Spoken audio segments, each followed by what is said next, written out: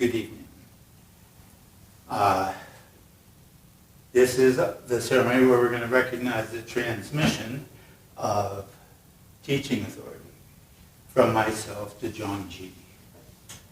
And so from my standpoint, the first thing I want to say is thank you for the opportunity to work with you and a lot of people who aren't here so as to enable the creation of a place like this so that people can come together and practice and continue to practice, because it seems like it's going to be needed more than ever going forward.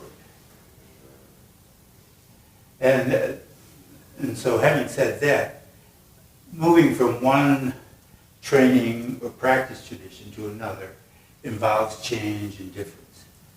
But I want to call to mind one of the short teachings that is in Glenn Wallace's Basic Teachings of the Buddha, and it's the teaching called the Destination. And the entire teaching is basically one paragraph. Somebody says, Buddha says, as a teacher, I should teach you the destination and the path to it. And he says the destination is beyond greed, the destination is beyond anger, and the destination is beyond ignorance. So that's what he gave for that. And he said the path to the destination is present moment awareness directed towards the body. And if you parse that last statement, you have everything you need to practice. It has nothing to do with tradition. It has everything to do about waking up in the immediacy of your moment, of the experience that is arising. And then, since we just had an election, and many people find that unsettling in terms of the outcome and all that, for me it called to mind a famous story, how people came to recognize the sixth patriarch when he came out. He wound up passing by a temple, and two monks were arguing. One was saying that the flag was moving in the wind, and the other one, no. The wind is moving, not the flag. And the sixth patriarch said, wrong. Mine is moving. And that's how they knew it. So whatever, conundrums come up, don't be confused. Mind moving. And just step away from the relativity that is getting everybody caught up.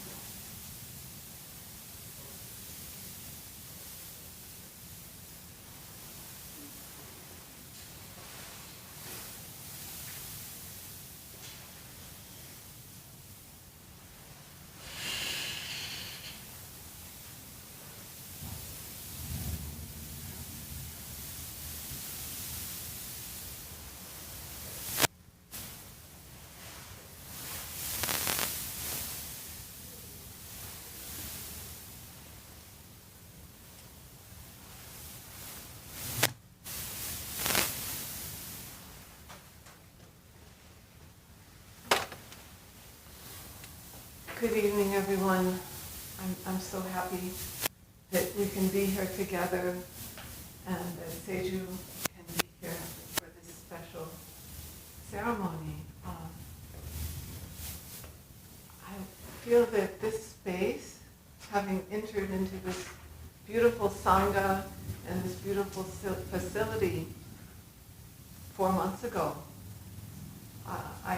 it's a palpable feeling, the legacy that came before, the hard practice, the sincere training, the generations of practitioners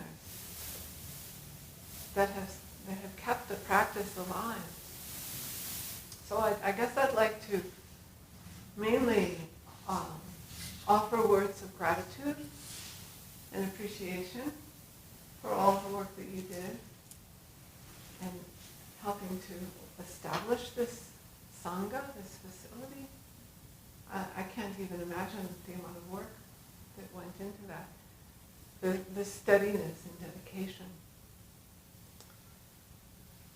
And I want to thank the Sangha. One of the topics of conversation that has come up in the Sangha recently is about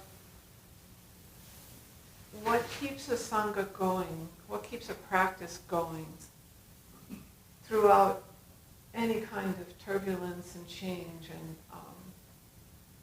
difficulties. It's really the Sangha that keeps it going.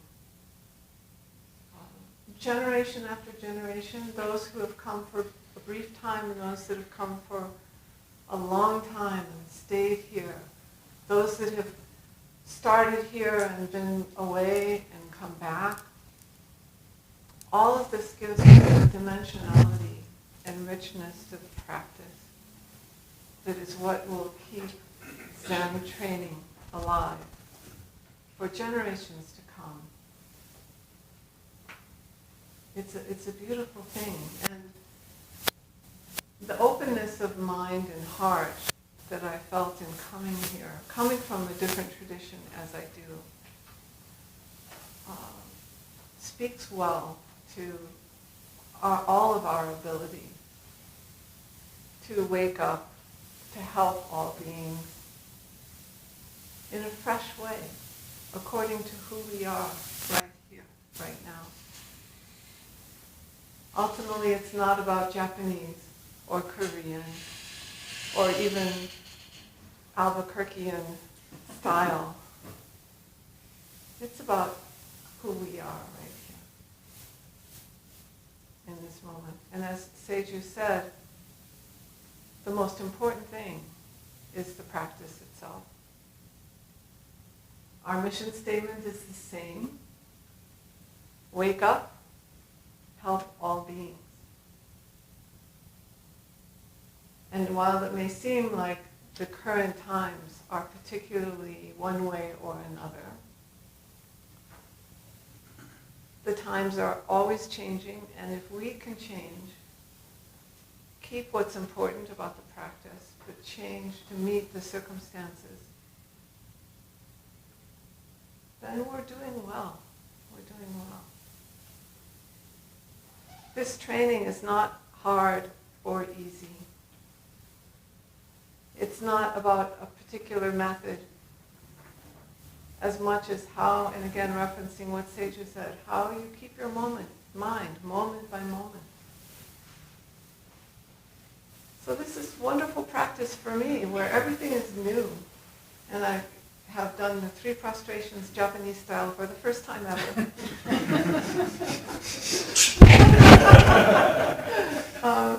We can, I can become alive freshly, along with every one of us here.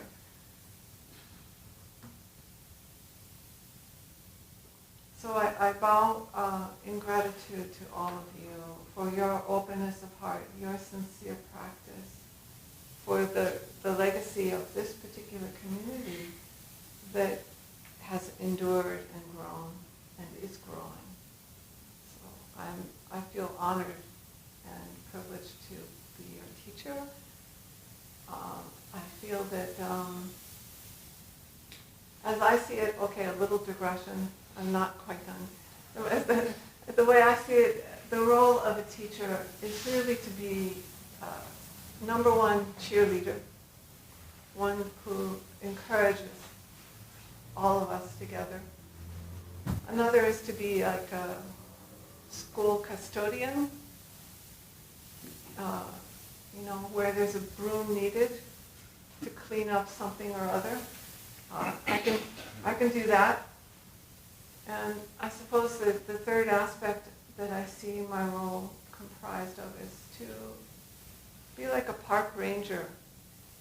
Like there's a ditch over there, watch out. It might be called the confusion ditch.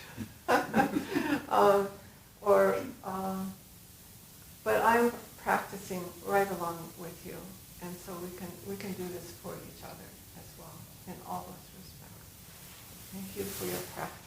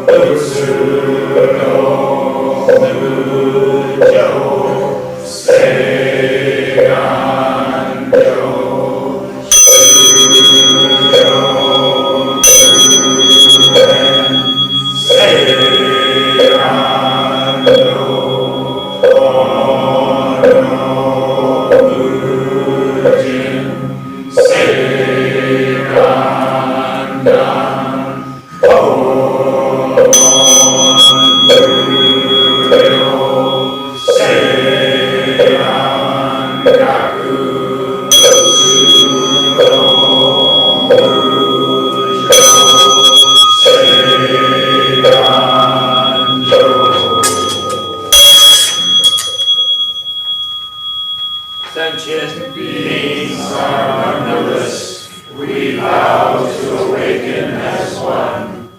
Mistaken views are endless. We vow